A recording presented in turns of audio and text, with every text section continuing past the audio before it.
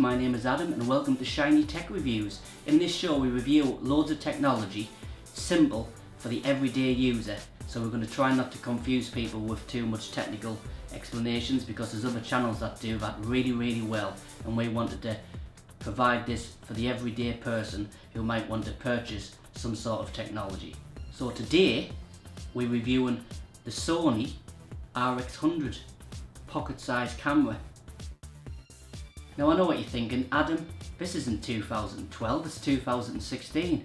Why are you reviewing a very good camera, but why are you reviewing the first model in 2016 when the latest model, the Mark IV, is currently, dominating the compact camera world? Well, I have several reasons for this. I needed a good camera for vlogging, and when I looked at the top spec models of the Sony RX100 today, it wasn't really worth purchasing it. Now if we look at the specs between the RX100 and the other three models, it's got exactly the same sensor. The 20.2 XMR CMOS sensor, 13.2mm by 8.8mm, and that's throughout all four models. If you look at the focal length of the lens, on the first two models it was the equivalent of a 28 to 100mm lens. On the 3 and the 4, it's the equivalent of a 24 to 70mm lens. The shutter speed remains the same throughout, same video compression and picture quality file formats. You do lose the ability for slow motion in the first three models, but that's no problem. You do get it EVF on the last two models, on the 3 and 4, but I'm not really bothered about looking through anything like that because the screen's more than adequate. For some reason on the Mark II there was a multi-interface shoe to add either a flash or something like that. Definitely not a microphone because there's no microphone input, so I'm not really missing that either. So in 5 years there's not massive differences.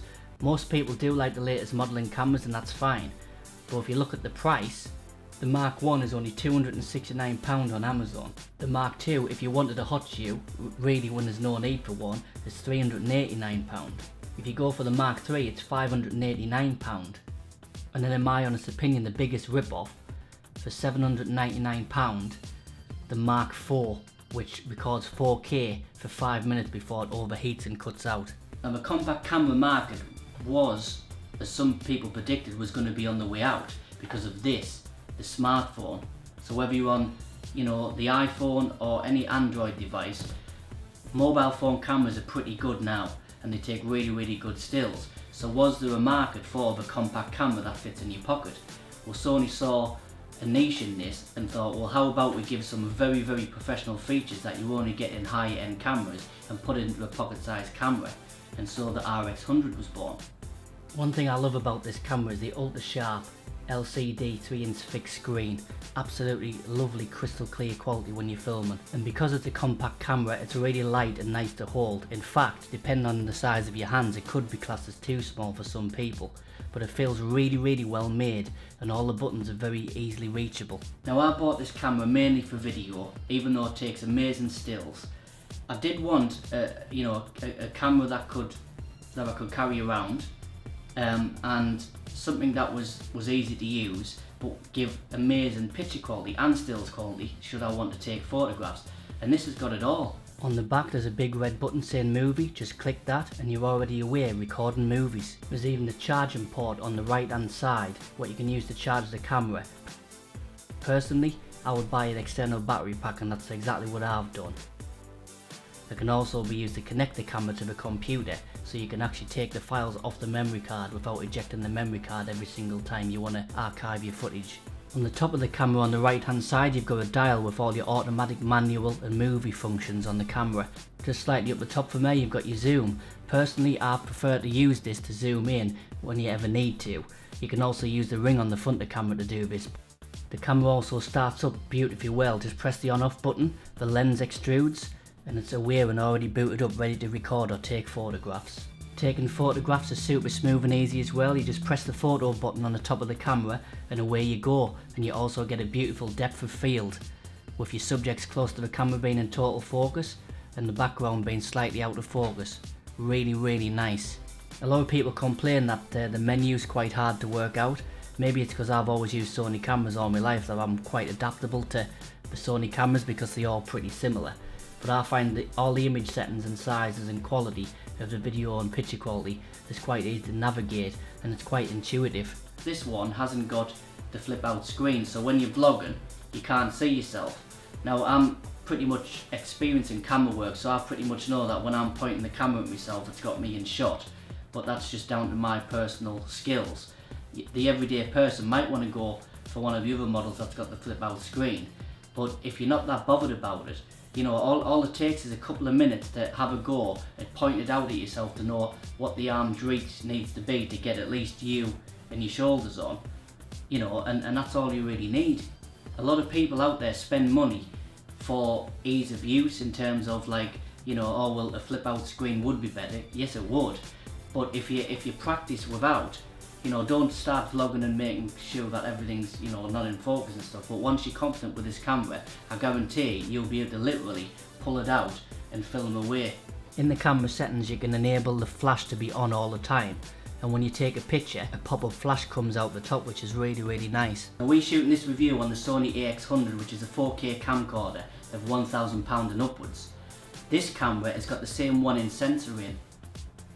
So for a pocket-sized camera, you're getting that depth of field where your subject's in perfect focus and your background is slightly blurry.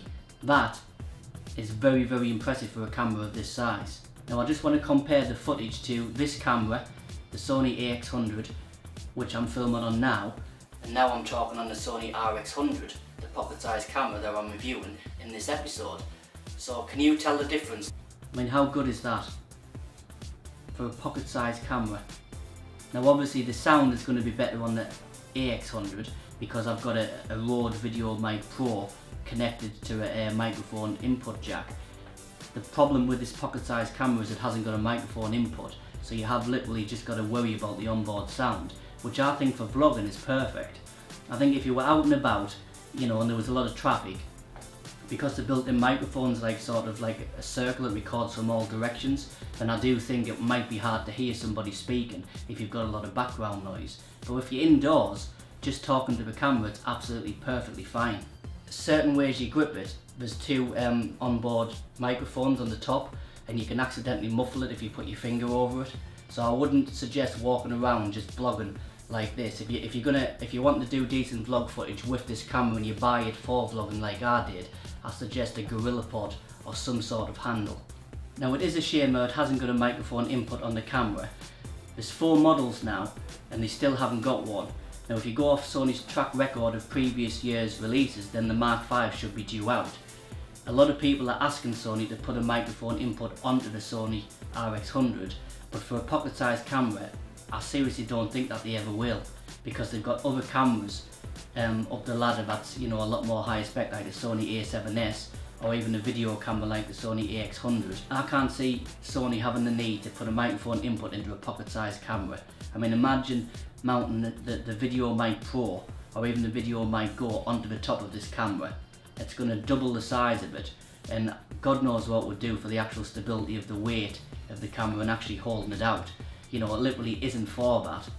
Now a lot of people would say, well, why put a 1-inch sensor, which gives breathtaking video quality, into a camera that you have to rely on the onboard sound? Well, because it's aimed at the everyday person.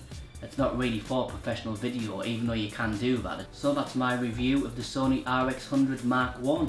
What did you think? If you've got any questions, please comment below and I'll help you, because seriously, you can save some serious money buying this camera above the other 3 models, depending on what your uses and what you need out of a camera. So stay tuned for more tech reviews. I'm going to review some of the other products that I use in my arsenal for YouTube, and basically just anything else that I think is beneficial to the everyday user. I do think that if you're a professional, you can still watch this channel. It's just if you want to go into more depth, then go and look elsewhere on other channels, because there's some brilliant channels out there that are really detailed. So I hope you've enjoyed our first ever episode of Shiny Tech Reviews, and I'll see you in the next one.